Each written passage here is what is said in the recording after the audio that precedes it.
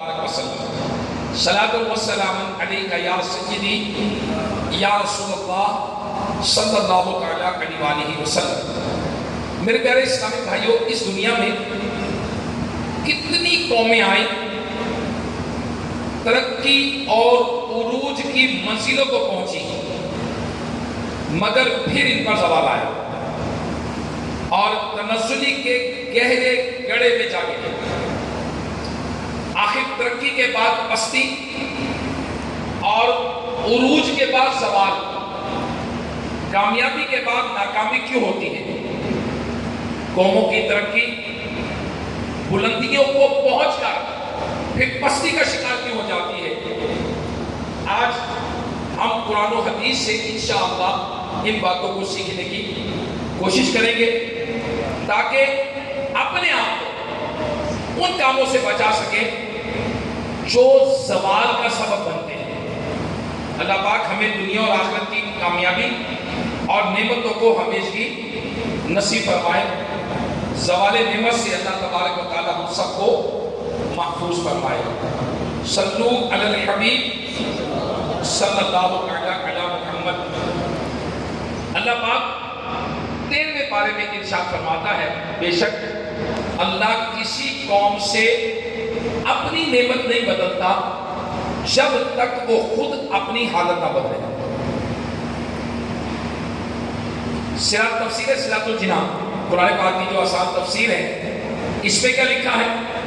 اس آیت میں قدرت کا ایک قانون بیان کیا گیا ہے کہ اللہ پاک اس وقت تک کسی قوم سے اپنی عطا کردہ نعمت واپس نہیں لیتا جب تک وہ قوم اپنے اچھے اعمال کو برے اعمال سے تبدیل نہ کر دے۔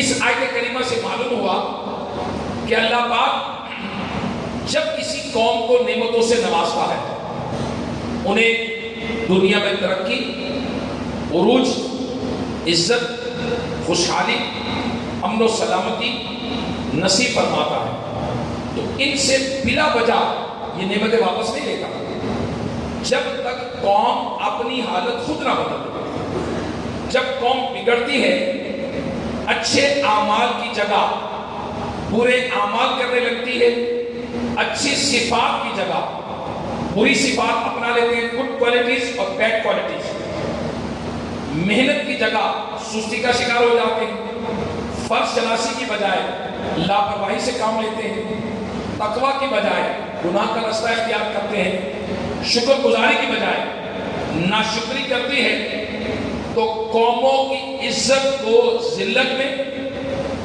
خوشحالی کو تنگحالی میں، عروج کو پستی میں، ترقی کو زوال میں اور کامیابی کو ناکامی میں بدل دیا جاتا ہے۔ دنیا کی تاریخ اگر ہسٹری اٹھا کر دیکھیں تو قدرت کا یہی قانون ہے۔ اس زمین پر ہزاروں قومیں آئیں، انہیں ترقی ملی، انہیں عزت ملی، انہیں عروج ملا اور امن و سلامتی کی نعمتوں سے نوازا گیا، مگر جب انہوں نے نعمت کی ناقدری کی تو انہیں نشان عبرت بنا دیا گیا۔ قوم عاد، اس کا ذکر ہے قرآن پاک میں، انہیں طاقت عطا ہوئی، مال و دولت سے نوازا گیا، لیکن جب انہوں نے نافرمانی کی، نعمتوں کی ناقدری کی، رب قہار و جبار نے ان پر آندھی کا عذاب بھیجا، تیز ہوا کا عذاب بھیجا اور یہ نشان عبرت بن کر رہ گئے۔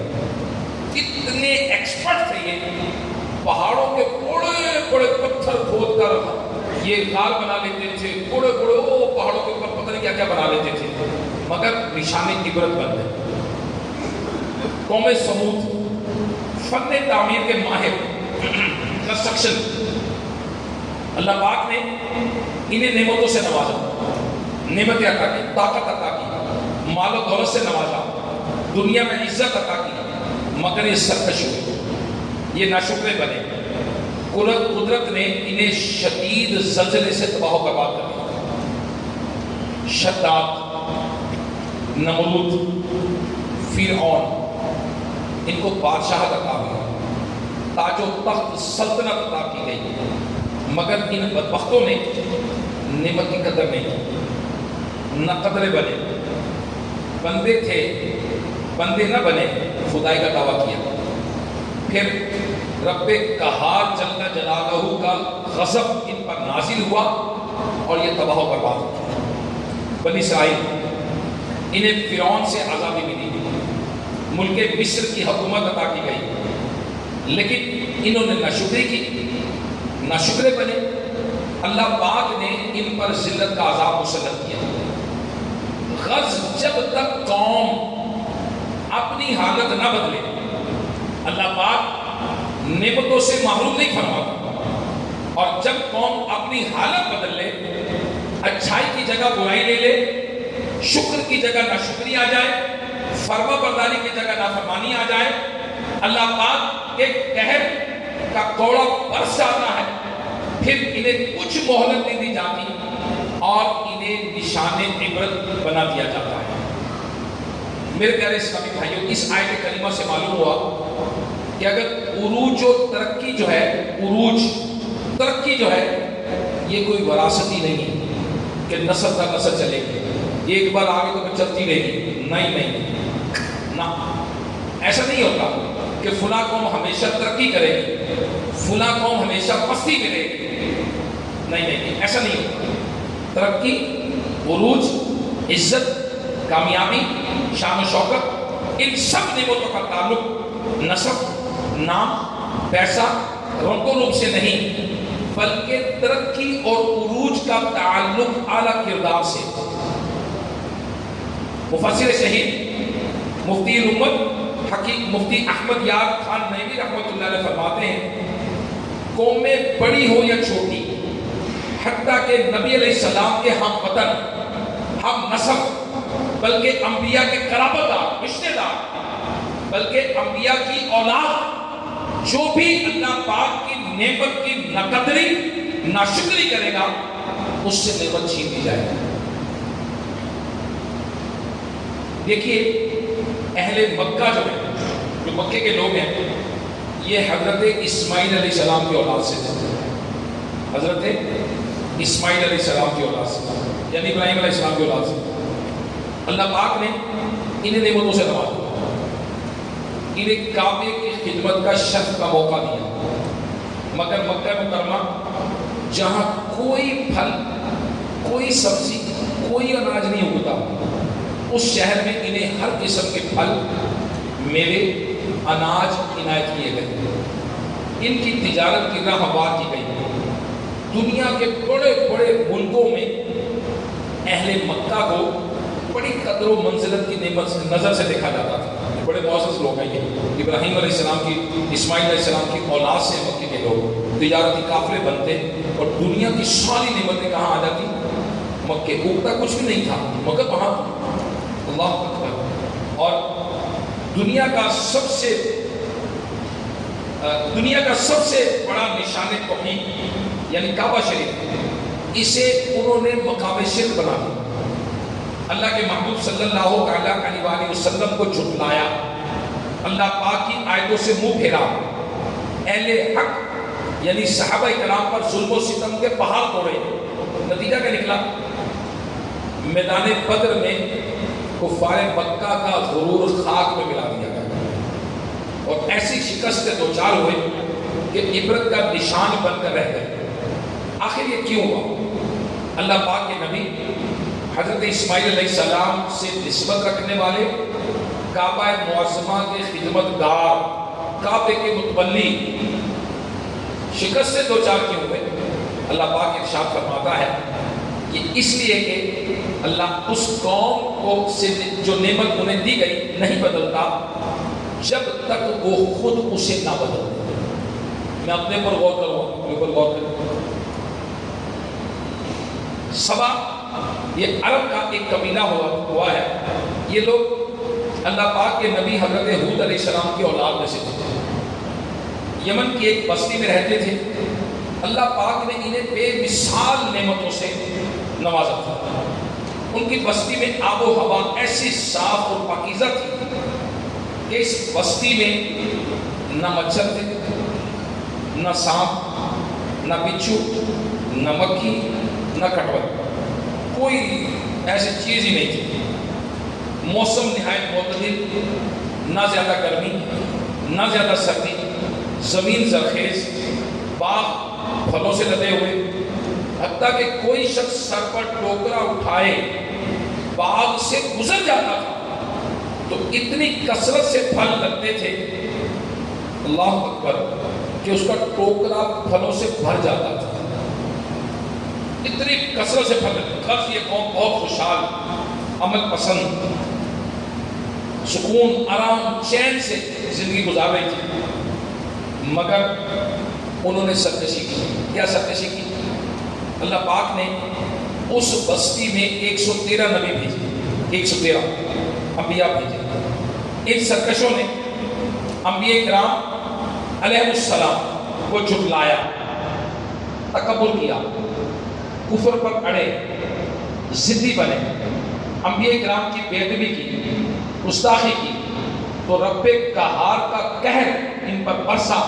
اللہ پاک نے ان پر سیلاب کا عذاب بھیجا جس نے ان کے باغات اور مکان سب کچھ تباہ کر دیا، برباد کر دیا۔ اللہ اکبر، یہ فنا ہو گئے۔ اللہ پاک قرآن مجید فرقان حمید میں اس سرکش قوم کا بیان، ایک عبرتناک جو کی داستان ہے، اللہ تعالیٰ یوں بیان فرماتا ہے، بے شک سبا کے لیے ان کی آبادی میں نشانی تھی، وہ باغ دہنے اور بائیں اپنے رب کا رزق کھاؤ،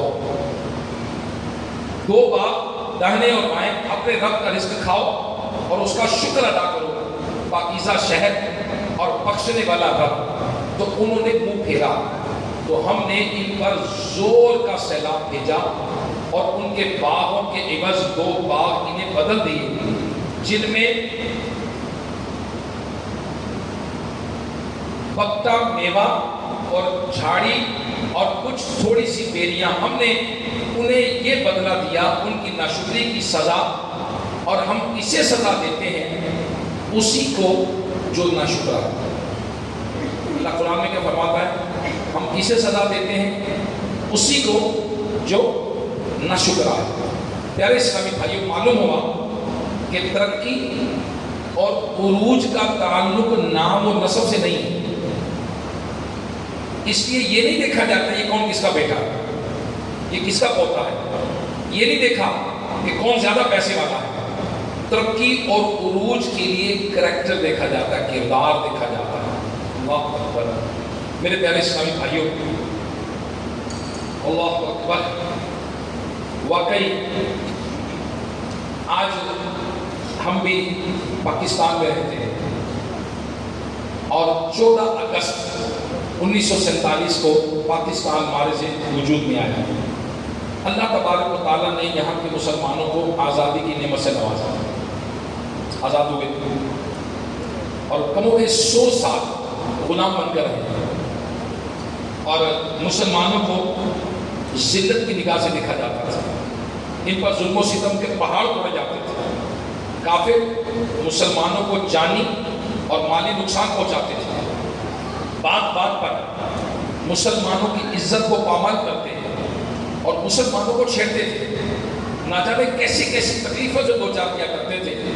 پھر اللہ پاک نے کرم فرمایا، عاشقان رسول علماء کرام نے محنت کی، بیانات کر کے، کتابیں لکھ کر، گھر گھر جا کر مسلمانوں کو جذبہ دیا اور جستجو دی، برے صغیر کے کونے کونے سے نعرے لگنے لگے، پاکستان کا مطلب کیا؟ کون ہمارے رہنما؟ آخر کار عاشقان رسول علماء کرام اور عوام کی مشترکہ کوششیں رنگ لائیں، مسلم رہنماؤں کی محنت کام آئی، اللہ کریم نے ہمیں اسلامی جمہوریہ پاکستان کی صورت میں ایک اپنا آزاد ملک عطا فرمایا۔ اب دیکھنا یہ ہے کہ ایک نعمت ملی ہے آزادی کی۔ دیکھیں جن ملکوں میں مسلمان غلام ہیں ان کا حال کیا ہے؟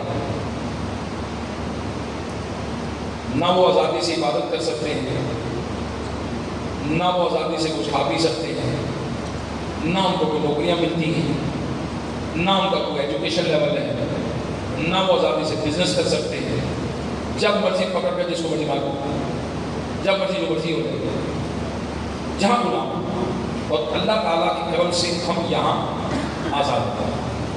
اللہ نے ہمیں نعمت دی، یہ نعمت ملی 1947 میں، ٹھیک۔ اب یہ 13 جنوری 1948 اسلامی کالج پشاور میں حصول پاکستان کا مقصد بیان کرتے ہوئے بانی پاکستان محمد علی جناح نے کہا، ہم نے پاکستان کا مطالبہ ایک زمین کا ٹکڑا حاصل کرنے کے لیے نہیں کیا، پیس آف لینڈ، بلکہ ایک ایسی تجربہ گاہ حاصل کرنا چاہتے تھے جہاں اسلامی اصولوں کو آزادی سے ان پر عمل پیرا ہو سکے، ٹھیک ہے۔ اسی طرح ہمیں اپنی پاکیزہ کتاب کی طرف لوٹنا ہوگا، ہمیں حدیث شریف کی طرف اور اسلام کی طرف لوٹنا ہوگا، اسلامی تعلیمات کی طرف لوٹنا ہوگا کہ ان میں ہماری رہنمائی کے لیے سب کچھ ہے۔ پیارے اسلامی بھائیوں، یہ ہے پاکستان بنانے کا مقصد، کہ ایسی زمین کا ٹکڑا چاہیے جس پر اسلامی اصولوں کو نافذ کر کے ہم عمل پیرا ہو سکیں، جو مسٹر محمد علی جناح نے 1948 میں اسلامی کالج پشاور میں کہا جنوری۔ اس ملک کے لیے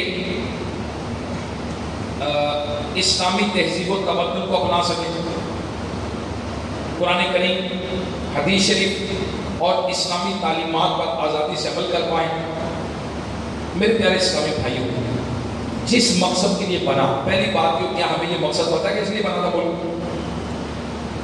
پہلی بات تو یہ مقصد سے آگاہی بنے کیوں؟ جیسے اللہ تبارک و تعالیٰ نے قرآن مجید فرقان حمید میں ارشاد فرمایا، وما خلقت الجن والانس الا لیعبدون، ہم نے جنوں اور انسانوں کو اس لیے پیدا کیا کہ میری عبادت کریں۔ کیا ہمیں اپنی پیدائش کا مقصد ایک ہے نا قرآن مجید میں بیان کیا؟ اسی طرح سے ہمارا وطن بنا، پاکستان بنا، سمجھو پاکستان پیدا ہوا 1947 میں 14 اگست کو، یہ کیوں بنا؟ کس مقصد کے لیے بنا؟ کیا اس کے جو بننے کے مقاصد ہیں اس وقت پورے اترے؟ کیا ہمارا چال چلن، رنگ ڈھنگ، ہمارے طور طریقے وہی ہے جس کے لیے بنا؟ پاکستان آزادی سے نمازیں پڑھنے کے لیے بنا کہ ہم اصولوں پر عمل کر سکیں۔ آج ہم نماز نہیں پڑھتے، اکثریت مسلمانوں کی نماز نہیں پڑھتے۔ پاکستان آزادی سے روزے رکھنے کے لیے بنا، ہم اسلامی اصولوں پر عمل کر سکیں۔ کیا روزے رکھتے لوگ؟ پاکستان آزادی سے تلاوت کرنے کے لیے بنا کہ اسلامی اصولوں پر عمل کر سکیں، یہی ہے نا؟ اگر آپ کہیں تو میں دوبارہ پڑھ دیتا ہوں کہ جو مسٹر جناح نے تقریر میں کہا، یہی کہا کہ جناب ہمیں تو وہ چاہیے جگہ جہاں پر اپنی پاکیزہ کتاب قرآن پاک کی طرف پلٹنا ہے، ہم حدیث شریف اور قرآن کی تعلیمات کی طرف رخ کرنا ہوگا، اور ان میں ہماری رہنمائی کے لیے سب کچھ موجود ہے۔ یہ وہ 1948 کی ان کی تقریر ہے جس پہ کہا گیا۔ تو میرے پیارے اسلامی بھائیوں، یہ تو ملک بنا تھا کہ ہم اسلامی اصولوں پر عمل کریں گے۔ پاکستان کا مطلب کیا؟ لا الہ الا اللہ۔ کون ہمارے رہنما؟ محمد الرسول اللہ۔ تو اب بتائیے، یہ پاکستان تو بنا تھا اس لیے کہ ہم آزادی سے نماز پڑھ سکیں، آزادی سے روزہ رکھ سکیں، آزادی سے تلاوت کر سکیں، اسلامی لباس پہن سکیں، اسلامی طریقے سے شادی کر سکیں، اسلامی طریقے سے تجارت کر سکیں، اسلامی طریقے سے اپنے ایجوکیشن حاصل کر سکیں، انصاف جو عدل کے تقاضے وہ کر سکیں، اسلامی طریقے سے ہماری مائیں بیٹیاں بہنیں آزادی سے پردہ کر سکیں۔ اور کوئی عاشق رسول اسلامی طور طریقے اپناتا ہے تو کیا آج ہمارے معاشرے میں اسے عزت کی نگاہ سے دیکھا جاتا ہے؟ یار یہ بڑا اسلامی ملک تو اسی لیے بنا، اگر ہم اٹھا کر دیکھیں تو ملک تو بنا تو اسی لیے تھا کہ بھئی غیر مسلم جو ہیں وہ ہمیں آزادی سے دین پر عمل نہیں کرنے دیتے، مسلمانوں کو تنگ کرتے ہیں، ستاتے ہیں۔ ہمارا وطن الگ ہونا چاہیے، ہمارا پیس آف لینڈ الگ ہونا چاہیے۔ افسوس کہ 75 ایئرز گزر گئے، مگر مجموعی طور پر دیکھا جائے تو ہم پاکستان کے مقاصد کو پورا نہیں کر پائے۔ یوم آزادی اصل میں یوم تشکر ہے، شکر کرنے کا دن ہے، شکر کرنے کا دن ہے، تشکر، اللہ پاک کے حضور عاجزی سے سجدہ کرنے اور اس کا شکر کرنے کا دن ہے۔ مگر ہمارے معاشرے میں یوم آزادی بھی گناہوں بھرے انداز سے منایا جاتا ہے۔ جشن آزادی کے نام پر گانے چلائے جاتے ہیں، میوزیکل شو ہوتے ہیں، بیہودہ ڈانس ہوتے ہیں، چیخو پکار ہوتی ہے اور آتش بازی ہوتی ہے، بیہودہ باجے بجائے جاتے ہیں، نوجوان گلیوں بازاروں میں ہلڑ بازی کرتے ہیں، سڑکوں پر ون ویلنگ کا کھیل کیا جاتا ہے۔ کئی ایک نادان اپنے والدین کا سہارا دنیا سے چلے جاتے ہیں، شراب لوگ پیتے ہیں، نشہ اور اشیاء کا استعمال دل کھول کے کرتے ہیں۔ آپ مجھے بتائیے کیا پاکستان اس لیے بنا؟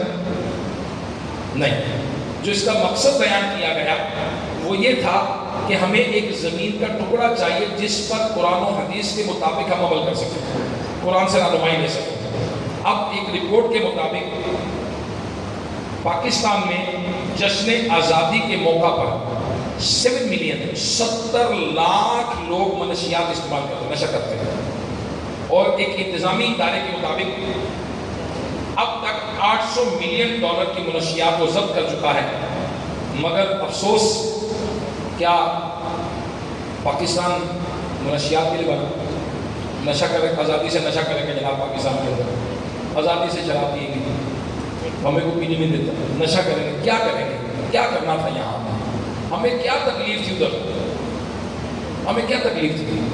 نمازی پڑھنے دیتے تھے، گائے زبانی کرنے دیتے تھے، مارتے تھے، ماؤں بہنوں کو چھیڑتے تھے، ہمیں آوازیں لگاتے تھے، ہماری عزت نہیں تھی۔ اور آج آزادی کے ساتھ ہم رہ رہے ہیں، مگر جس مقصد کے لیے وہ آزادی حاصل کی گئی اس مقصد کو ہم نے بھلا دیا۔ میرے پیارے اسلامی بھائیوں، واقعی اگر اس کو نہ سنبھالا، اگر ہم نہ سنبھلے تو بتائیے کیا یہ آزادی سکی ہوتی کسی کی؟ جی بھائی، نبیوں کی اولادیں، اسماعیل علیہ السلام کی اولاد، ہود علیہ السلام کی اولاد، بنی اسرائیل، حضرت یعقوب علیہ السلام کی اولاد، اب بتائیے کتنا سارے عذاب آئے گا نہیں ہم پر؟ ہم کس کھیت کی بھولی ہیں؟ لیکن افسوس افسوس افسوس، پہلے قومیں خواب دیکھتی ہیں تو ترقی، عروج، کامیابی کے لیے جذبہ دکھاتی ہیں، جنون ہوتا ہے، بلندی اور عروج کے لیے رات دن محنت ہوتی ہے، تب اللہ پاک ان کی محنتوں کا صلہ عطا فرماتا ہے، ان کو ترقی عطا فرماتا ہے۔ یہاں تک کہ قومیں بلندی اور عروج کے ستاروں میں جا پہنچتی ہیں، پھر ایک وقت آتا ہے لوگ اللہ پاک کی نعمت کو بھول جاتے ہیں، غرور اور تکبر ان کا سر پہ چڑھ جاتا ہے، گناہ، نافرمانی، عیاشی، فضولیات میں ہر سے پڑھتے ہیں، تب ان پر اللہ پاک کا غضب نازل ہوتا ہے اور انہیں پھر سے تنزلی کے گہرے گڑھے میں ڈال دیا جاتا ہے۔ میرے پیارے پیارے اسلامی بھائیوں، اللہ تعالیٰ سے دعا ہے اللہ تبارک و تعالیٰ ہمارے ملک کو سلامت رکھے، تاکہ ہمیں قیامت سلامت رکھے۔ اللہ نے جو نعمت عطا فرمائی، کروڑوں لوگ اس ملک میں بستے ہیں، لیکن پیارے اسلامی بھائیوں، پہلی امتوں کی تباہی، پہلی امتوں کے زوال، جو لوگ تاریخ نہیں پڑھتے ان کے لیے مشکلات، ان کو نہیں پتہ ہوتا کہ پہلے کیا ہوا تھا، پہلے واقعات کیا ہوئے تھے۔ دیکھیں، اگر کسی رستے پر سفر کرنا ہو، میرا تو یہ معمول ہے، چونکہ مختلف پاکستان کے مختلف شہروں میں سفر کرنے کے اتفاق ہوتا ہے، دن کو بھی رات کو بھی، کبھی کے پی کے میں، کبھی بلوچستان میں، کبھی کشمیر میں، کبھی کہیں پنجاب، کبھی سندھ، تو جہاں بھی مجھے جاتا ہوں نا رستے میں، تو میں پوچھتا ہوں یار یہ رستہ سیف ہے، یہاں سے جانا ٹھیک ہے؟ وہ کہتے ہیں یافور بھائی ادھر سے جائیں، ادھر سے نہ جائیں، یہ والا روٹ لے لیں رات کو، یہ والا روٹ نہ لیں، اس رستے سے رات کو آپ ٹریول نہ کریں۔ یہ کئی ایک لوگ جو ہیں وہ مشورہ دیتے ہیں کہ اس روٹ سے سفر کر لیں، یہ سیف ہے۔ کیوں؟ اس کی پریویس ہسٹری ہوتی ہے کہ یہاں پر کوئی واردات ہوئی تھی، اس کی پریویس ہسٹری ہوتی ہے کہ یہاں پر یہ ہوا تھا، اس رستے کا ٹاپ نہ کیا جائے، اس رستے کا ٹاپ کیا جائے۔ تو جب بندہ کہیں سے اگر کوئی کام کرتا ہے، آپ کوئی چیز خریدتے ہیں تو اس کی دیکھتے ہیں نا، کہ پہلے رائے لیتے ہیں، تجربہ کرتے ہیں کہ یار پہلے جن لوگوں لی ان کا رائے کیا ہے. لیکن افسوس امیر اہل سنت مولانا محمد الیاس قطار قادری رحمۃ برکاتہ العالیہ فرماتے ہیں کہ ہمارا حافظہ بھی کمزور ہے اور حاضمہ بھی کمزور ہے. آج ہم بھول جاتے ہیں، آج ہم نے مطالعہ نہیں کیا، آج ہم نے پڑھا نہیں ہے. قوم عاد، قوم ثمود، بنی اسرائیل، فرعون، شداد، حامان، فرعون، اتنے بڑے بڑے لوگ کیسے تباہ و برباد ہوئے. ناشکری کی، بھول گئے اللہ کی نعمتوں کو، غرق ہو گئے دنیا کی عیشوں کے اندر، بھول گئے اللہ کی بارگاہ میں سجدہ کرنا، بھول گئے اللہ کا شکر ادا کرنا، بھول گئے نعمتوں کی قدر کرنا.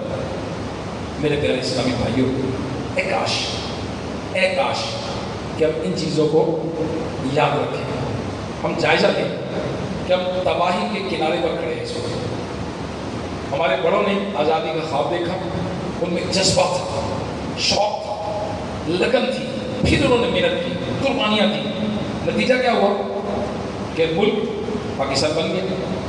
آج 75 سال کے بعد ہم کہاں ہیں؟ ہمارے بڑوں نے کیا کیا؟ محنت کی، کوشش کی، قربانیاں دی، جا کے گھر کنوینسنگ کی، اجتماع کیے، جلسے کیے، لوگوں کو اکٹھا کیا، موٹیویٹ کیا، بالآخر آزادی لے لی. اور آج 75 سال کے بعد ہم کیا کر رہے ہیں؟ ناچ گانے، میوزک، ڈانس، نشہ اور جھوٹ، کرپشن، کم تولنا، مسلمان کو مارنا، اپنے مسلمان کا مال چھین لینا، موبائل چوری ہو جانا، ڈکیتیاں ہو جانا، جس کی ہاتھ میں جو آئے لے کے نکل جائے. جب قوم کا یہ عالم ہو جائے کہ بھائی بھائی سے محفوظ نہیں ہے، بہن ہماری بازار جائے تو محفوظ نہیں ہے، گھروں میں بچیاں محفوظ نہیں ہیں، بلکہ میں نے کسی جگہ کہا گھروں میں محفوظ نہیں ہے، وہ کہتے ہیں یعقوب بھائی گھروں میں نہیں، قبروں میں بھی محفوظ نہیں ہے. جب معاشرے کا یہ عالم پستی کا آ جائے کہ اپنے لوگ اپنے لوگوں سے محفوظ نہ رہیں، تو اب بتائیے ہم نے آزادی کن سے حاصل کی تھی؟ یہاں تو اپنے ہی ہمارے خلاف ہو گئے نا، یہاں تو ہمارے کردار چلا گیا نا، یہاں تو ہماری چرائن ریشوں کی تو چلی گئی، یہاں تو قتل و غارت کا بازار ادھر ہی گرم ہو گیا نا، سود و رشوت کا بازار ادھر ہی گرم ہو گیا نا، کرپشن کا بازار ادھر ہی گرم ہو گیا نا. اب ہر چیز ہمیں لینی ہے.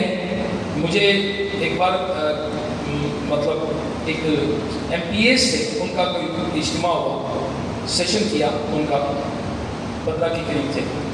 MPA ایک کہنے لگے کہ لوگ آتے ہیں ہمارے پاس، نوکری مانگتے ہیں، اور نوکری جب بات کی جائے تو وہ کہتے ہیں جی MPA صاحب میری محلے میں دکان ہے، میں محلے میں دکان کرتا ہوں، لیکن مجھے کوئی سرکاری نوکری بھی دلا دیں جہاں مجھے جانا نہ پڑے اور گھر بیٹھے پیسے ملتے ہیں، وہ نوکری دلائیں.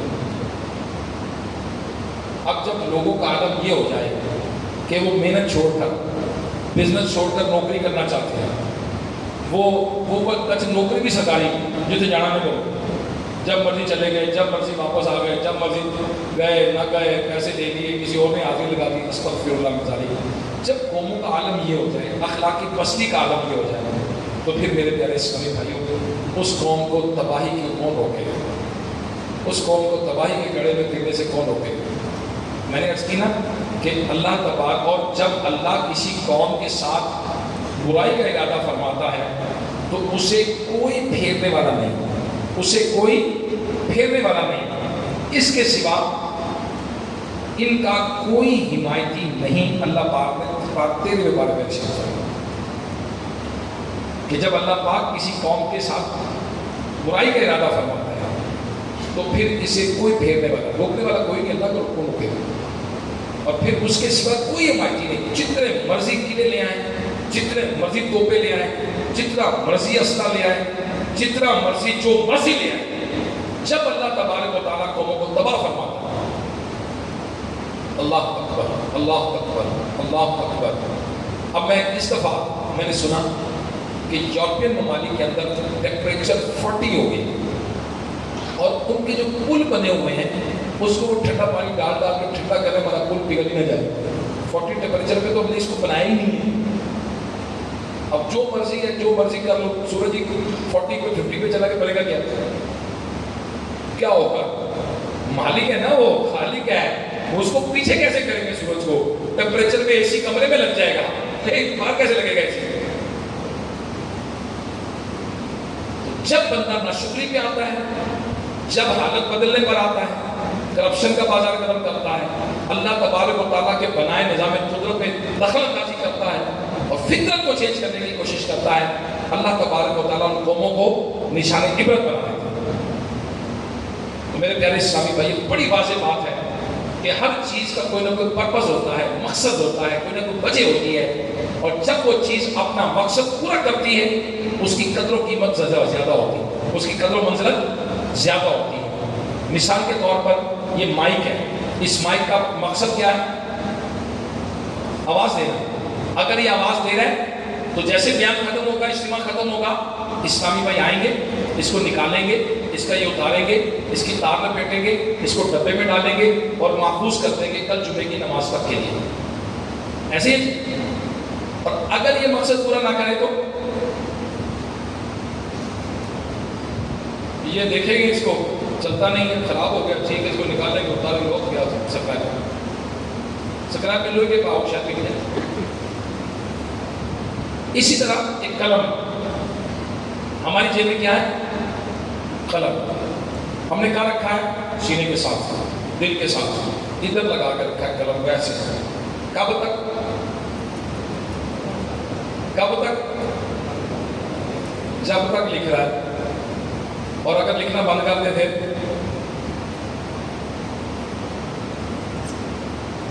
چیز کا پرپس ہوتا ہے، کسی چیز کا مقصد ہوتا ہے، جب تک وہ چیز اپنے مقصد پر رہتی ہے اس کی حفاظت کی جاتی ہے، اس کا خیال رکھا جاتا ہے، اسے سینے سے لگایا جاتا ہے۔ اللہ اکبر۔ اور جب وہ مقصد سے ہٹ جائے تو پھر میرے پیارے اسلامی بھائیوں پھر اس کو کوئی نہیں پوچھتا۔ یہی معاملہ ہے، ہم مسلمانوں کی ذمہ داریاں ہیں، رسپانسبلٹیز ہیں کہ جب تک ہم یہ ذمہ داریاں نبھاتی رہیں گے، ترقی، کامیابی، عروج ہمارا مقدر بنے گا۔ اور اگر ہم نے ذمہ داری کو نبھانا چھوڑ دیا تو ہم اپنی قدر و قیمت کھو بیٹھیں گے۔ ہماری ذمہ داریاں کیا ہیں؟ اللہ پاک قرآن مجید فرقان حمید میں ارشاد فرماتے ہیں، دیکھیں ذمہ داری ہم نہیں لگائیں گے، رب نے لگائی، کیونکہ پیدا اس نے کیا نا، کوئی بنایا۔ اس مائک کو جس نے بنایا وہ بتائے گا نا کہ اس کا کیا بنایا ہے، اس نے کیوں بنایا ہے؟ آواز آپ تک پہنچانے کے لیے، اس لیے بنایا نا، خوبصورتی کے لیے تو پیدا نہیں کیا کہ اس کو یہ بڑا خوبصورت ہے، خوبصورت تو پھول لگائے جاتے ہیں، خوبصورت پھول بنے گے۔ یہ جو پھول بنائے گئے ہیں یہ آواز نہیں پہنچا سکتے، یہ خوشبو بھی نہیں دے سکتے، یہ خوبصورتی کے لیے۔ اور یہ مائک جو ہے خوبصورتی کے لیے نہیں ہے۔ ہاں اگر میں اس کو ہٹا دوں اچھا لگا، لیکن یہ بیچ میں یہ بار ڈنڈا سا ہے اور پھر آگے یوں کر کے ہے، اس کا مقصد کیا ہے؟ آواز کو پہنچانا۔ تو یہی اگر آواز نہیں پہنچانا، ٹھیک ہے، اللہ تعالیٰ نے مسلمانوں کو پیدا کیا، قرآن مجید میں پیدائش کا مقصد بھی بتا دیا، اور پھر اللہ تعالیٰ نے ذمہ داری بتائی، فرمایا پارہ 4 سورہ آل عمران کی آیت نمبر 110، تم بہتر ہو ان سب امتوں میں جو لوگوں میں ظاہر ہوئیں، بھلائی کا حکم دیتے ہو اور برائی سے منع کرتے ہو اور اللہ پر ایمان رکھتے ہو۔ امام فخر الدین رازی رحمۃ اللہ تعالی علیہ فرماتے ہیں، آیت کریمہ کا معنی یہ ہے کہ مسلمانوں، لوح محفوظ میں تمہارا وصف، تمہاری ذمہ داری، تمہاری رسپانسبلٹی یہ لکھا ہے کہ تم سب سے بہتر ہو، سب سے افضل امت ہو، تمہارے لائق یہی ہے کہ تم اس منصب کی حفاظت کرو، اس منصب کی حفاظت کرو، یعنی ہمیشہ اللہ پاک اور اس کے محبوب صلی اللہ علیہ وسلم کے اطاعت گزار بنو۔ اللہ قرآن میں کیا فرماتا ہے؟ تم سب سے بہتر امت ہو۔ ہم کیا ہیں؟ سب سے بہتر۔ کہاں لکھا ہے؟ قرآن میں۔ اب میرے پیارے اسلامی بھائیوں، اللہ تبارک و تعالیٰ نے 4 وصف بیان کیے، 4 کوالٹیز بیان کی اس امت کی۔ مفتی احمد یار خان مفتی عبد المصطفیٰ اعظمی رحمۃ اللہ علیہ اس آیت کریمہ کے تحت وضاحت کرتے ہوئے ارشاد فرماتے ہیں، ایک مسلمان کی زندگی کا لیے زندگی کا پہلا مقصد بہترین امت ہونا ہے، بہترین امت ہونا ہے۔ جس طرح گلاب کے لیے خوشبو، موتی کے لیے چمک اور سورج کے لیے روشنی لازم ہے، اسی طرح ایک مسلمان کے لیے اپنے اعمال و افعال کے لحاظ سے تمام امتوں میں سب سے اعلیٰ، سب سے افضل، سب سے بہتر ہونا لازم و ضروری ہے۔ عبادات، معاملات، اخلاق، عادات، غرض زندگی کے ہر شعبے میں، زندگی کے آخری لمحات تک ایک مسلمان خیر ہی خیر ہے۔ بس پوری زندگی قرآن و سنت کا دامن تھامے، صراط مستقیم پر سیدھا چلتا جائے، تاکہ دوسری قومیں مسلمان کو دیکھ کر یہ پکار اٹھیں، سبحان اللہ، یہی وہ خوش نصیب امت ہے جن کی ہدایت کے لیے اللہ پاک نے اپنے سب سے محبوب نبی خاتم النبیین کو بھیجا، اور اس امت کو خیر الامم کا لقب دیا گیا۔ اب مسلمان کی اولین ذمہ داری کیا ہے؟ کہ ہمیشہ سب سے بہترین بن کر رہے۔ مثال کے طور پر میں گھر سے آیا، میرے چلے ہم چھوٹے اپنے آپ کو تصور کرتے ہیں، میری امی نے، میرے ابو نے مجھے بڑے اچھے کپڑے لے کے دیے، بڑے صاف ستھرے۔ امی ابو کو یاد کر دینا، ثواب ملے گا، ان کی بخشش کی دعا ہو جائے گی، اللہ نے کپڑے فرمائے، ٹھیک ہے جی۔ تو یہ بڑے میری امی نے، میرے ابو نے صاف کپڑے لے کے دیے، بڑے صاف ستھرے کپڑے۔ میری پہلی ذمہ داری کیا ہے؟ اس لباس کو صاف رکھنا۔ پہلی ذمہ داری کیا ہے؟ وہ خوبصورت ہے نا، اچھا ہے نا، مجھے اچھا لباس لے کے دیا ہے نا انہوں نے، میری پہلی ذمہ داری کیا ہے؟ اور اللہ تعالیٰ ارشاد فرماتا ہے تو بہترین امت ہو۔ پہلی ذمہ داری کیا ہے؟ ہم بہترین رہیں، ہم کٹیاں نہ بنیں۔ بہترین کون کہہ رہا ہے؟ قرآن۔ اب کھٹیا کون بن رہا ہے؟ اللہ نے تو نہیں بنایا نا۔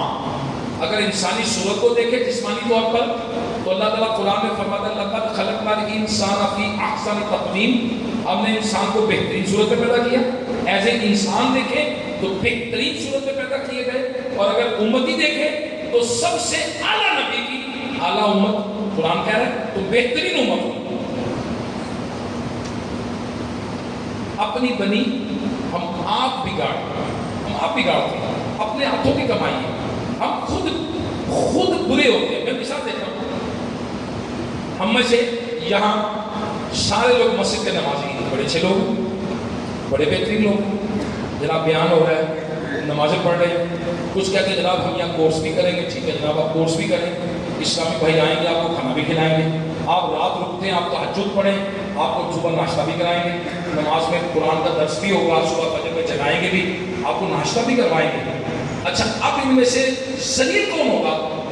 جو جوتے اٹھا کے بھاگتا پکڑا جائے گا۔ ذلیل کون ہوگا؟ جو موبائل چوری کرتے پکڑا جائے گا۔ ذلیل کون ہوگا؟ جو کوئی نہ کوئی چوری الٹی حرکت کرتا پکڑا جائے گا، وہ مسجد کے اندر ذلیل ہوگا۔ کسی نے کچھ نہیں کہا، نا اسے عزت ملی ہے، یہ مسجد میں آیا ہے، اللہ کے گھر میں آیا ہے، حدیث پاک میں آیا جو مسجد میں گیا وہ اللہ کے دیدار کو گیا، اللہ کے دیدار کو گیا، اللہ سے ملاقات کو گیا، اللہ سے ملاقات کرنے آئے ہیں، اللہ نے عزت دی ہے۔ ہم آتے ہیں، عزت ملتی ہے، ذلیل کون ہوتا ہے؟ جو اس طرح کے کرتے ہیں۔ ہم دنیا میں آئے، کوئی کچھ نہیں کہتا، اللہ کا شکر، ہمیں لوگ سلوک مارتے ہیں، عزت کرتے ہیں۔ ذلیل کون ہوتا ہے؟ چوری کرتے ہیں۔ ذلیل کون ہوتا ہے؟ جو ڈکیتی کرتا ہے۔ ذلیل کون ہوتا ہے؟ جو نشہ کرتا ہے۔ ذلیل کون ہوتا ہے؟ جو لوگوں سے لڑتا ہے۔ ذلیل کون ہوتا ہے؟ جو مال چھینتا ہے۔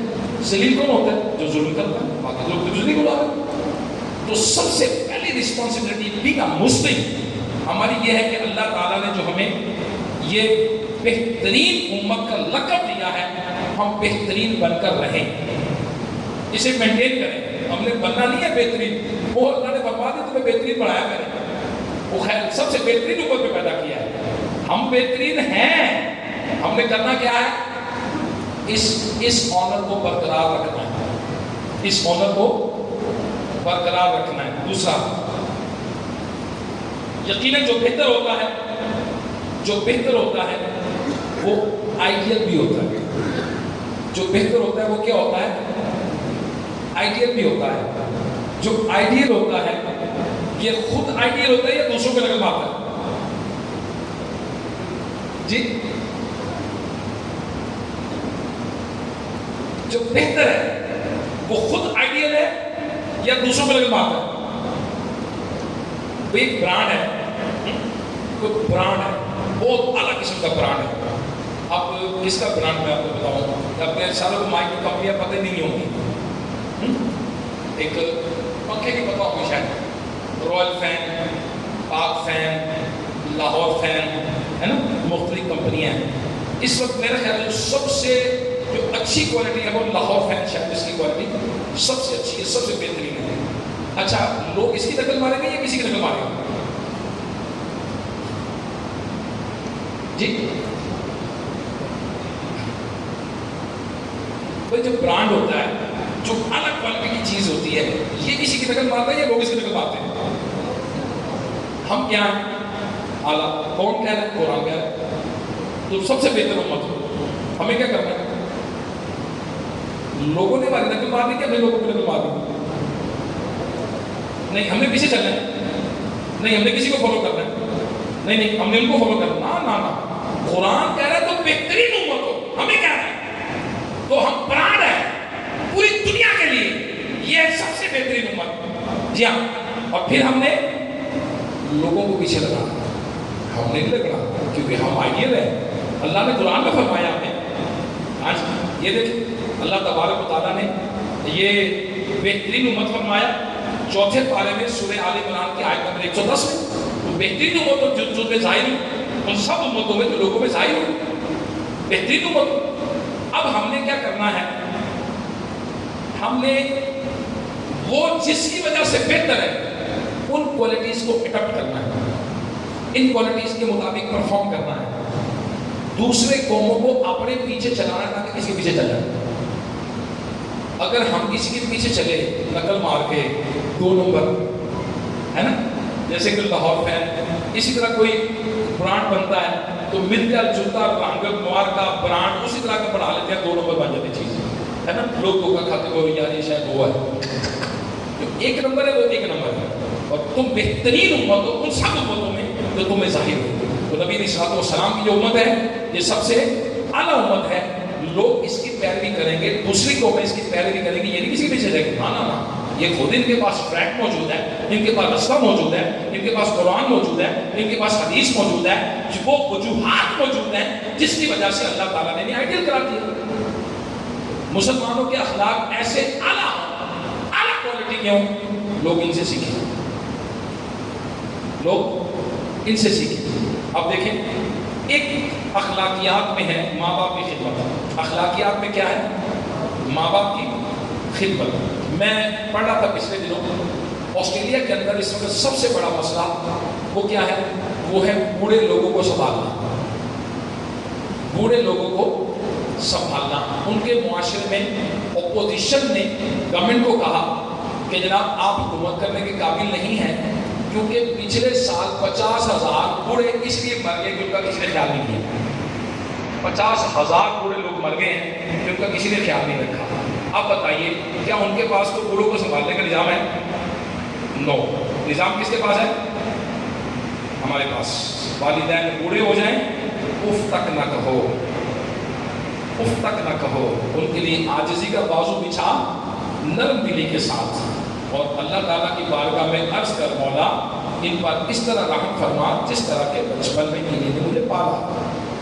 نظام ہمارے پاس ہے جس نے والدین کی محبت بری نگاہ سے ایک مرتبہ دیکھا اسے 1 مقبول حج کا ثواب ملے گا. نظام ہمارے پاس ہے کہ اپنے والدین کی دعا یا بد دعا اولاد کے حق میں قبول ہے. ہمارے پاس ہے نظام. نبی علیہ الصلوۃ والسلام نے فرمایا محروم ہے وہ شخص جس نے والدین دونوں یا کسی ایک کو بڑھاپے میں پایا اور انہوں نے اس کو جنت میں داخل نہ کیا. نظام تو ہمارے پاس ہے کہ بوڑھے والدین جنت میں بندے کو داخل کر سکتے ہیں. والدین پہ خرچ کرنا صدقہ ہے، ثواب ہے. والدین کی خدمت کرے گا جنت میں آئے گا. والدین راضی تو اللہ بھی راضی، رب بھی راضی. حدیث پاک میں نظام سسٹم تو ہمارے پاس ہے، ادھر کیا سسٹم ہے؟ سسٹم تھوڑی ہے، آئیڈیل تو ہمیں کہا گیا نا قرآن میں۔ تو آپ میرے پیارے اسلامی بھائیوں، اخلاق اور کردار تو وہ ہے جس سے لوگ سیکھیں۔ ایک مسلمان کی عادات، اس کے افعال، اس کی گفتار، اس کے طور طریقے، اس کے چال چلن ایسے ہو کہ اسے آئیڈیل بنایا جائے، لوگ اس کے پیچھے چلیں، اس کی پیروی کریں۔ دوسری قومیں اس کے کردار، اس کے اخلاق، اس کی عادات پر رشک کریں اور اس سے جینا سیکھیں۔ سبحان اللہ۔ میرے آقا صلی اللہ علیہ وسلم تجارت فرمائی اور کسی شخص نے نبی پاک صلی اللہ علیہ وسلم سے کوئی چیز خریدی۔ اس نے عرض کی اوہو پیسے تو میں گھر بھول گیا، پیسے تو نہیں میرے پاس، اچھا آپ یہاں ٹھہرے، میں گھر سے پیسے لے کے آتا ہوں۔ میرے آقا علیہ السلام نے فرمایا ٹھیک ہے تم لے آؤ۔ وہ شخص گیا، گھر جا کے بھول گیا، گھر جا کر بھول گیا کہ میں کسی کو کھڑا کر کے آیا ہوں۔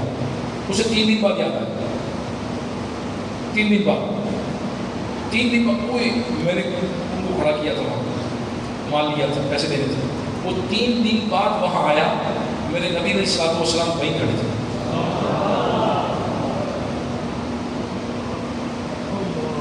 ایسا ہے بزنس میں؟ ہے کوئی بزنس میں کہ جو کہے وہ کر دے، جو دکھائے وہی مال دے، جو لکھا وہی اندر ہو، جتنا مال جتنے دن کی پیمنٹ کرے اتنے دن کا دے؟ آج ہمارے یہاں پلمبر ہوتے ہیں، الیکٹریشین ہوتے ہیں، درزی ہوتے ہیں، ہم میں سے کئی ایسے ہوں گے، کبھی باتیں پہ یقین کریں گے ابھی؟ جی ہمیں کہتے ہیں کہ آپ چلے صبح آ جاؤ، کوئی بھی نہیں آتا، 2 دن 3 دن 5 دن پیچھے گھومتے رہو، اور پھر کوئی جی خالہ کو تو کوئی چیز، میرے چاچا کا پتھر مر گیا تھا جی، فلانا فوت ہو گیا تھا جی، وہ میری فلانی ہو گئی تھی جی، فلان لو جی کہانی سنو۔ اچھا پھر مصیبت کیا ہے کہ جی پیسے میں برکت نہیں ہے جی، روزی میں برکت نہیں ہے جی، وہ جی بڑی تنگیاں جی، کام ہی نہیں کرنا تو روئی بھی جانا۔ اللہ کے بندے وعدہ خلافی کرو گے، تم نافرمانی کرو گے رب کی، تمہیں برکت کدھر سے ملے گی؟ تو مسلمان تو آئیڈیل ہے، آئیڈیل، اس کی لائف آئیڈیلائز ہونی چاہیے، کیونکہ اللہ تبارک و تعالیٰ نے قرآن میں فرمایا نا کیا تو بہترین امت ہو، ہونا تو یہ چاہیے تھا ہم دوسروں کے لیے آئیڈیل بنتے۔ قرآن کہہ رہا ہے تو بہترین ہو، ہم آئیڈیل بنتے، مگر ہم نے دوسری قوموں کو آپ کا آئیڈیل بنا دیا، شاہ دینا تو وہی چنگے۔ استغفر اللہ، قرآن کے اندر تسی سب تو چنگے، اسی کی کہنے پہ ساڈے نال تو وہی چنگے۔ استغفر اللہ، توبہ استغفر اللہ تعالی۔ میرے پیارے اسلامی بھائیوں، جو قرآن نے کہا وہ حق کہا، ہم اس کے مطابق بن کے دکھائیں، اس کے مطابق بنے۔ آئیڈیل تو قرآن نے ہمیں کہا، قومیں ہماری نقل کرتی، ہم آج ان کی نقل کرنے لگے۔ چال ڈھال میں کافروں کی نقل، تعلیم میں کافروں کی نقل، اصول میں کافروں کی نقل، جوتے میں کافروں کی نقل، کھانے پینے میں کافروں کی نقل۔ افسوس، سخت افسوس، مسلمان آج قرآن نہیں پڑھ سکتے۔ انہیں چوریاں پوچھ لیں، انہیں فارمولے پوچھ لیں، انہیں آئل سپورٹس دیکھ لیں، ان کی ڈگریاں دیکھ لیں، قرآن نہیں آتا، نماز نہیں آتی، اسلامی اصول نہیں آتے، جو بیسک جو چیزیں ماں کی گود سے سیکھ لی تھی نا وہ بھی کوئی نہیں آتی۔ اب حیران ہوں گے، میں ایک بار مسجد میں کس جگہ نماز پڑھی، مسجد میرے سارے جانے والے تھے، مسجد جانے والے تھے سارے، تو میں نے مسجد میں کہا کہ میں نے فجر کی نماز پڑھی ادھر، چلے میں کچھ نہ کوئی ایک چھوٹا سا درس دے دیتا۔ تو چونکہ سارے جاننے والے تھے، نمازی محبت والے تھے، تو میں نے فجر کے بعد کہا کہ چلے میں آج آپ کو اگر فجر کی رکعتیں چھوٹ جائیں، نماز میں رکعتیں باقی رہ جائیں، امام کے ساتھ نہ ملیں، کس طرح ملنا ہے میں آپ کو وہ رکعتیں بتاتا ہوں کہ 1 رکعت چھوٹ جائے تو کیسے پڑھنی ہے، 2 رکعتیں چھوٹ جائے تو کیسے ملنا ہے، نماز میں جماعت میں 3 رکعتیں چھوٹ جائے تو کیسے ملنا ہے، 4 رکعتیں نماز مکمل کیسے کرنی، میں آپ کو بتاتا ہوں۔ میں نے بتایا تو ایک صاحب ہو گئے کوئی 50-55 سال کا، وہ کہتے جی اے گل ہوئی نا اج سیکھی ہے، دیکھو زندگی جیسی پہلی نہیں سیکھی، میری چنگی گل کی اسی پہلی نہیں سیکھی کہ نماز کیوں نہیں، اب 55 سال کا، اب دیکھیں یہ اس کو نماز نہیں پڑھو، حالانکہ حدیث پاک میں آیا بچہ 7 سال کا ہو جائے تو کیا کرو، نماز سکھاؤ اور 10 سال کا ہو کر نہ پڑے تو سختی سے پڑھاؤ. اب میرے پیارے اسلامی بھائیوں، انداز تو لوگوں نے ہمارے اڈاپٹ کرنے تھے نا بھائی، انداز تو ہمارا ہے. یہ دیکھیں اللہ تعالیٰ نے مرد کے داڑھی چہرے پہ کیا عطا فرمایا، اور تو نکلتی جی نہیں، ہمیں زینت بخشی ہے داڑھیوں سے، عورتوں کو لمبے بالوں سے زینت دی اللہ تعالیٰ نے، اور پھر اور بھی بہت ساری نعمتیں اللہ نے ہمیں عطا فرمائی ہیں، لیکن ہم ان نعمتوں کو چھوڑ کر کسی اور کام میں پڑ گئے. اچھا، جسے ہم اچھا سمجھنے کو گھٹیا ہے. میں ایک مثال دیتا ہوں. ایک بچہ ہے، اس کی مثال میں پہلے بھی دی ہے. اس کے سامنے ناشتہ رکھا اس کے والد نے. ناشتہ کیا تھا؟ دیسی گھی کا پراٹھا، دیسی انڈا، دودھ کا گلاس، اس میں ایک شہد کا چمچہ. یہ ایک خالص ترین پیور چیز بچے کے آگے ناشتے میں رکھی، اور بچے کے پاس دوسری طرف 5 روپے کا سلاٹی کا پیکٹ رکھتا ہے. بچہ کون سا ناشتہ کرے گا جی؟ کیوں؟ دیسی گھی ہے، دیسی انڈا ہے، دودھ ہے، اس میں شہد آ ہے. بچہ کیا کہے گا؟ کیوں؟ اسے اپنا اچھا برا نہیں پتا. اس کو نہیں پتا کہ خالص کیا ہے ناخالص کیا ہے. اس کو نہیں پتا صحت کس میں ہے، اس کو نہیں پتا کیلشیم کس میں ہے، اس کو نہیں پتا انڈے کے پروٹین کتنے ہیں، اس کو نہیں پتا گندم کی طاقت کیا ہے، اس کو نہیں پتا دیسی گھی کیا چیز ہوتی ہے. اس کو پتہ ہی نہیں چاہے، اس کو معلومات ہی نہیں ہے. وہ 5 روپے کے سلاٹی کے پیکٹ پہ آ ڈالے گا. یہی حال ہمارا بھی، یہی عالم ہے. ہم جس کو اچھا سمجھتے ہیں نا، ایک مثال دوں گا. مثال کے طور پر ہمارے لوگ برگر کھاتے ہیں. برگر کتنے کا؟ 800 روپے. پیزا کھاتے ہیں 1000 روپے کا. اچھا، جبکہ اس سے بہت زیادہ طاقت 40 روپے کا مکئی کا سکہ، اس میں زیادہ طاقت 20 قسم کے منرلز ہیں اس میں، 20 قسم کے 20 وٹامنز ہیں اس کے اندر، 20 قسم. پروٹین بھی اس کے اندر ہے، کارن آئل بھی اس کے اندر ہے. بہترین طاقت والی غذا ہے. لیکن 40 روپے کا سکہ چھوڑ کر کے کھائیں گے 1000 روپے کا پیزا. کوئی امی انہیں کے باپ ہے نا جن کے بچے یہ کرتے تھے. وہ دیکھیے، میں ایک کھانے پینے کی بات کر رہا ہوں.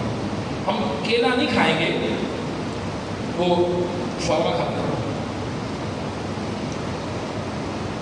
دودھ نہیں پی لیں گے، دودھ نہیں پئیں گے، بوتل پی لیں گے. تو بھائی دودھ کا بوتل کا کیا مقابلہ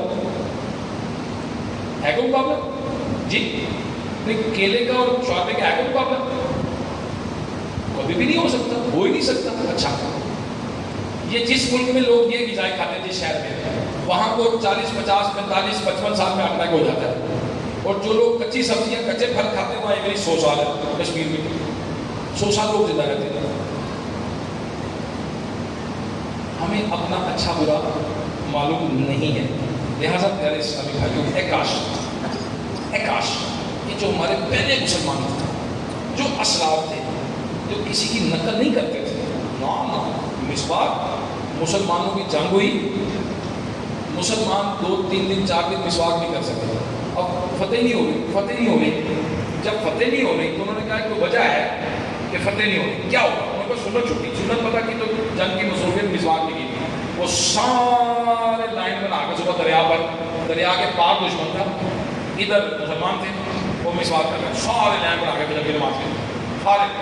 انہوں نے دیکھا تو سارے یہ کیا کر رہے ہیں؟ یہ دام پیش کر رہے ہیں.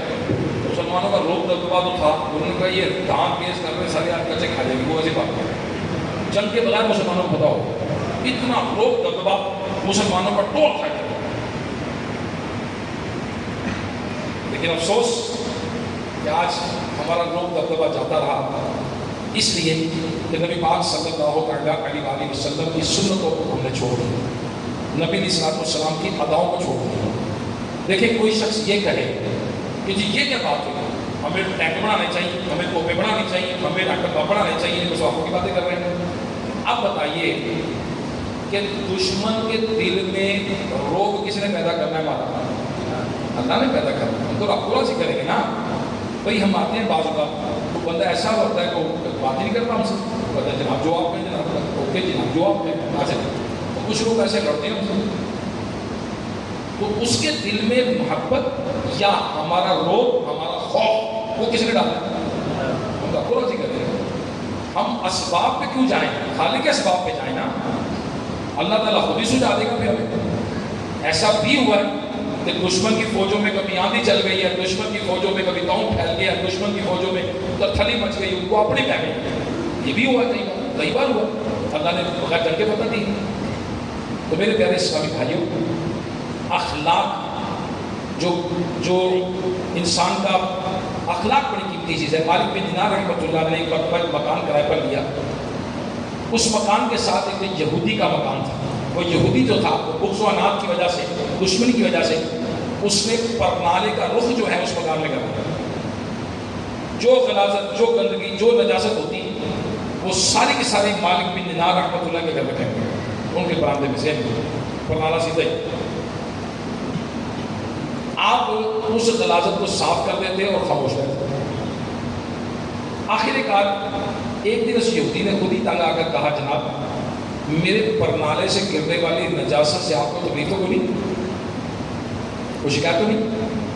مالک بن دینار رحمۃ اللہ نے نرمی سے فرمایا کہ پرنالے سے جو گندگی گرتی ہے میں صاف کر دیتا ہوں. یہودی نے کہا آپ کو اتنی تکلیف کے باوجود بھی غصہ نہیں آتا؟ میں آپ کے گھر میں گندگی پھینک رہا ہوں. آپ نے ارشاد فرمایا آتا تو ہے مگر پی جاتا ہوں. کیوں؟ کیونکہ اللہ تبارک و تعالیٰ نے چوتھے پارے سورہ آل عمران کی آیت نمبر 134 میں ارشاد فرمایا، اور غصہ پینے والے اور لوگوں سے درگزر کرنے والے اور نیک لوگ اللہ کے محبوب ہیں. مالک بن دینار رحمۃ اللہ علیہ کا پیارا جواب سن کر اس یہودی نے کلمہ پڑھا اور مسلمان ہو گیا. یہ تھے پہلے کے مسلمان اخلاق. اور اگر آج ہمارا پاؤں کسی کے پاؤں پر آ جائے، اگر آج ہماری ذرا سی موٹر سائیکل کسی کے ساتھ ٹچ ہو جائے یا کوئی ہمارے ساتھ ٹچ ہو جائے تو پھر کیا ہوگا؟ Motorcycle. اللہ اکبر. میرے پیارے اسلامی بھائیوں، واقعی کریکٹر جن لوگوں کا جن قوموں کا کریکٹر ہوتا ہے، کردار ہوتا ہے، وہ ترقی کرتی ہیں. ایک غیر مسلم مفکر تھا، اس نے کہا، کسی مسلمان سے کہا، تم ایسے صاحب نظر ہو، عقل رکھتے ہو، پھر مسلمان کیوں نہیں ہو جاتے؟ مفکر نے کہا، مفکر سے کہا، غیر مسلم اسکالر تھا، تم مسلمان کیوں نہیں ہو جاتے؟ اس پر اس غیر مسلم نے ایسا اطلاق جواب دیا جسے سن کر غیرت مند مسلمان کا سر جھک جائے.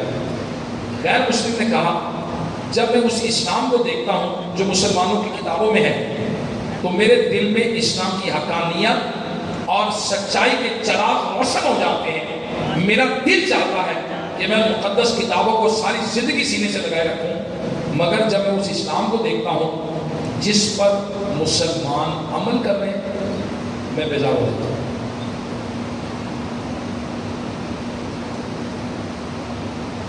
اب یہ ہے کریکٹر، یہ ہے کردار. دنیا میں بہت لوگ ہیں، میں آپ کو ریلی عرض کروں، جو غیر مسلم ہیں اور ان کو پتہ ہے کہ اسلام سچا دین ہے. یہ پتہ ہے، ان کو پتہ ہے اسلام سچا دین ہے. یہ یہودیوں کو بھی پتہ تھا نبی علیہ السلام کے طور پہ، پتہ تھا ان کو، لیکن بغض و عداوت کی وجہ سے اسلام نہیں لائے کہ جی نبی تو بنی اسرائیل سے آئے ہیں، یہ اسرائیل علیہ السلام کو نازک کرا گئے. بہت سارے نسب کی وجہ سے، بغض و عداوت کی وجہ سے اسلام نہیں لائے. تو میرے پیارے پیارے اسلامی بھائیوں، اب بہترین امت ہونے کا جو اعزاز اللہ نے عطا فرمایا ہے اسے ہمیں مینٹین کرنا ہے، اسے ہمیں ریٹین کرنا ہے اور انشاءاللہ سنبھال کے رکھیں گے سنبھال کے. جیسے کہ چلیے میں آپ سے کہتا ہوں، آپ سب ہمارے معزز مہمان ہیں، آپ مسجد میں تشریف لائے ہیں، آپ انشاءاللہ آرام کریں گے، ہم آپ کو کھانا کھلائیں گے، آپ تہجد پڑھیں گے، ہم آپ کو جگائیں گے، آپ وضو کیجئے گا، آپ فجر پڑھیے گا، آپ انشاءاللہ ہم آپ کو ناشتہ کروائیں گے. اگر کل آپ رکیں گے تو جمعے کی نماز کے بعد آپ کو دال چاول کھلائیں گے، آپ کو کھانا کھلائیں گے، آپ 7 دن کا نماز کورس کرائیں گے، انشاءاللہ 3 ٹائم کھانا بھی کھلائیں گے، نماز بھی سکھائیں گے. آپ 1 ماہ کے قافلے میں سفر کریں گے، ہم آپ کی خدمت کریں گے. ہم آپ کی خدمت کب تک کرتے رہیں گے؟ جب تک بندہ کو ایسی حرکت نہ کرے. بھائی ایک دن ایک اجتماع میں آئے، رک جائیں. آپ صبح تہجد کا رکے، مرحبا. آپ صبح فجر کا رکے، مرحبا. آپ 7 دن کا کورس کر لیں، مرحبا. 1 ماہ کے قافلے میں رک جائیں، مرحبا. 8 سال کے لیے درس نظامی کے مہمان بن جائیں، مرحبا. ٹھیک ہے کہ نہیں؟ مرحبا. سب کب تک یہاں رہے گا بندہ؟ کب تک؟ ہوتا ہے اپنا کام خراب نہیں کرے، کوئی نہیں نکالے گا اس کو، یہاں سے کسی نے اللہ کے گھر سے نکالنا۔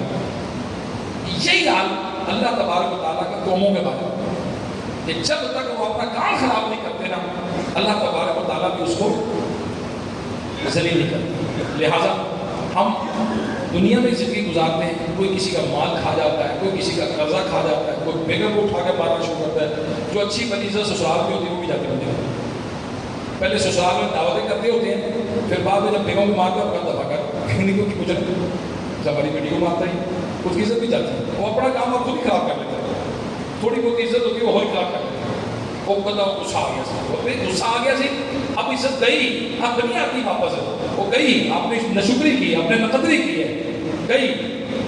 اسی لیے اگر کوئی نعمت ملے اس کی کیا کرنا ہے؟ قدر کرنا ہے۔ امت مسلمہ دوسری اور تیسری ذمہ داری کیا بیان کی گئی؟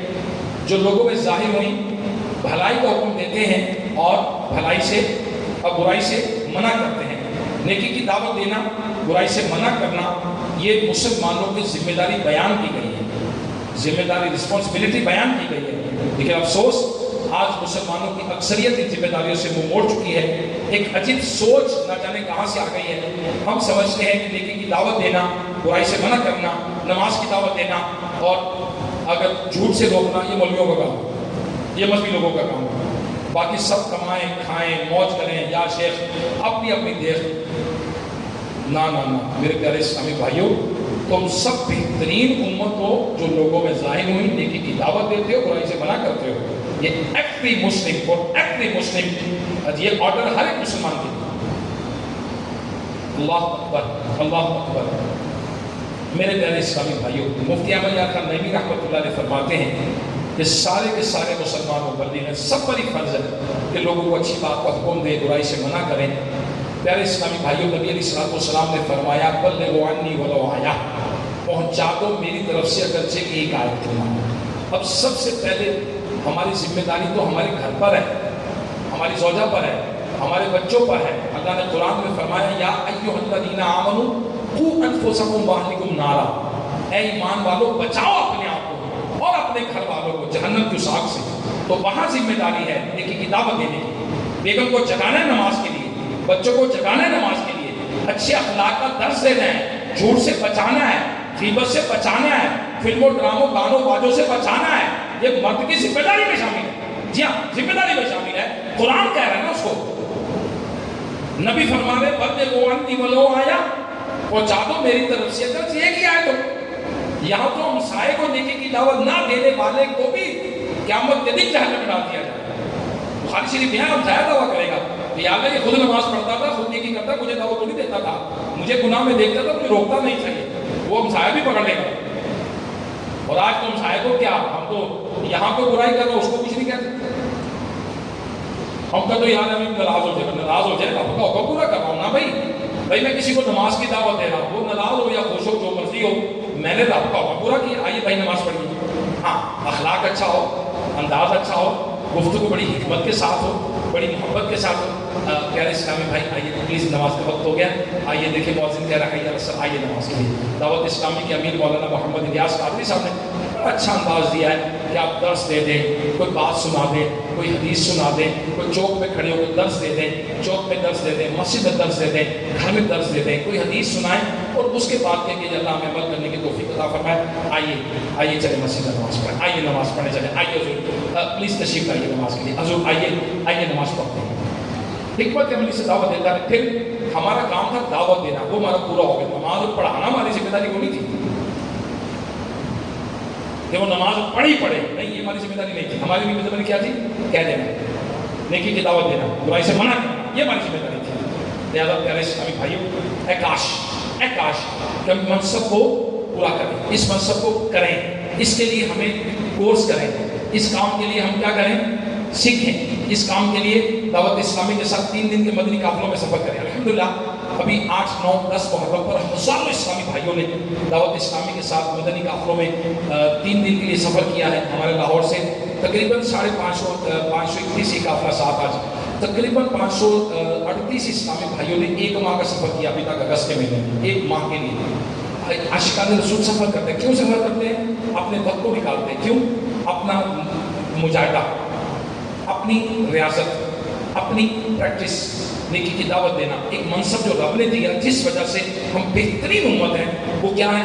نیکی کی دعوت دیتے، برائی سے منع کرتے۔ اس منصب کو سر انجام دینے کے لیے کوئی مہینے میں 3 دن دیتا ہے، کوئی سال میں 1 ماہ دے دیتا ہے، کوئی پوری زندگی بھر میں 12 ماہ دے دیتا ہے۔ وہ کہتا ہے جناب بتاؤ، کوئی پورے مہینے کا اعتکاف کرتا ہے کہ سیکھ لیں جناب، ہم دین سیکھیں تو انشاءاللہ پورے مہینے کا اعتکاف فیضان مدینہ میں ہوگا، 10 دن کا اعتکاف فیضان مدینہ میں ہوگا۔ دعوت اسلامی کے ساتھ یہ درس ہوتا ہے، بیان ہوتا ہے، جو درس ہوتا ہے، ہفتہ وار اجتماع ہوتا ہے، کس لیے ہوتا ہے؟ یہ اس لیے ہوتا ہے کہ مبلغ بنے، ہم سب کے سب مبلغ ہیں۔ اور پیارے اسلامی بھائیوں، نیکی کی دعوت کو چھوڑ دینا، اگر کوئی بندہ نیکی کی دعوت چھوڑ دیتا ہے تو روایت میں ہے کہ اگر مسلمانوں نے تبلیغ چھوڑ دی تو ان پر ظالم بادشاہ مسلط ہوں گے اور ان کی دعائیں قبول نہ ہوں۔ دیکھو روایت موجود ہے، روایت موجود ہے کہ اگر انہوں نے تبلیغ چھوڑ دی، سمجھانا چھوڑ دیا، نیکی کی دعوت دینا چھوڑ دی، برائی سے منع کرنا چھوڑ دیا، تو ان پر ظالم بادشاہ مسلط ہوں گے، پھر ان کی دعائیں قبول نہیں ہوں گی۔ اللہ اکبر۔ آج پوری دنیا کے اندر حالات دیکھیں مسلمانوں کے کیا ہے، تو سن رہے ہیں جی وجہ کیا ہے؟